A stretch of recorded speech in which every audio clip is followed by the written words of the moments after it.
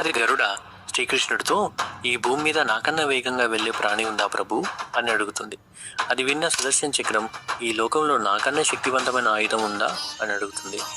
ఇదంతా విన్న సత్యభామ, త్రేతాయుగంలో మీ భార్య సీత కన్నా నేను అందంగా ఉన్నాను కదా అని గర్వంగా అంటుంది. వీళ్ళ అహంకారానికి తగిన గుణపాఠం చెప్పాలని గరుడతో హిమాలయ గుహల్లో ఒక వానరం తపస్సు చేస్తూ ఉంటుంది. దానితో నీకోసం ద్వారకలో సీతారాములు ఎదురు చూస్తున్నారని చెప్పమని పంపుతాడు. సుదర్శన చక్రాన్ని పిలిచి ద్వారం వద్ద ఉండమని, ఎంతటి వారు వచ్చిన లోపలికి అనుమతించవద్దని చెప్తాడు.